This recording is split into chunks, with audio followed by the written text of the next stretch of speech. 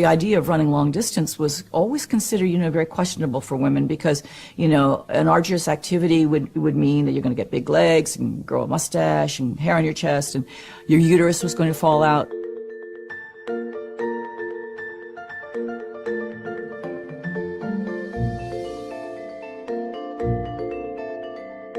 So I filled out the entry form. I signed my name with my initials. I signed K.V. Switzer.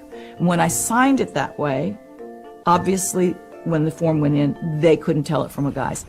The world's most famous foot race even attracts a leggy lady, Kay Switzer of Syracuse. So there we were with my coach, Arnie Briggs, and my boyfriend, an All-American football player, Tom Miller. When other runners would come by, they would say, "Oh, it's a girl!" And they were so excited.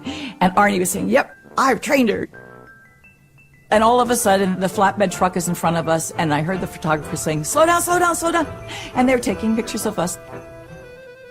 On this truck was the race directors. One of them was a feisty character by the name of Jock Semple.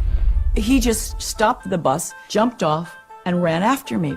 Suddenly I turned, and he just grabbed me and screamed at me, "Get the hell out of my race and give me those numbers." And then he started clawing at me, trying to rip my numbers off. And I was so surprised. And he had the fiercest face of any guy I'd ever seen, and out of control, really. I was terrified.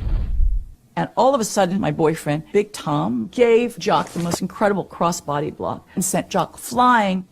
And all of this happened in front of the press truck. The journalists got very aggressive. "What are you trying to prove? Are you a suffragette? Are you a crusader?" Whatever that is, And I said, "What? I'm just trying to run." They finally left. Then it got very quiet. Snow's coming down. Nobody's saying anything. And I turned to Arnie, and I said, "Arnie, I've gotten you into a lot of mess here, I guess." But I said, "I don't know where you stand in this." But I said, "I'm going to finish this race on my hands and my knees if I have to. Because nobody believes that I can do this." And suddenly I realized, if I don't finish this race, then everybody's going to believe women can't do it and that they don't deserve to be here and that they're incapable. I've got to finish this race. I finished in 4 hours, 20 minutes. That race changed my life. It wasn't until about midnight when we were driving back from Boston to Syracuse University and we stopped on the thruway to get an ice cream and some coffee. Did we see the newspapers and the covered front and back of all the different editions with the pictures.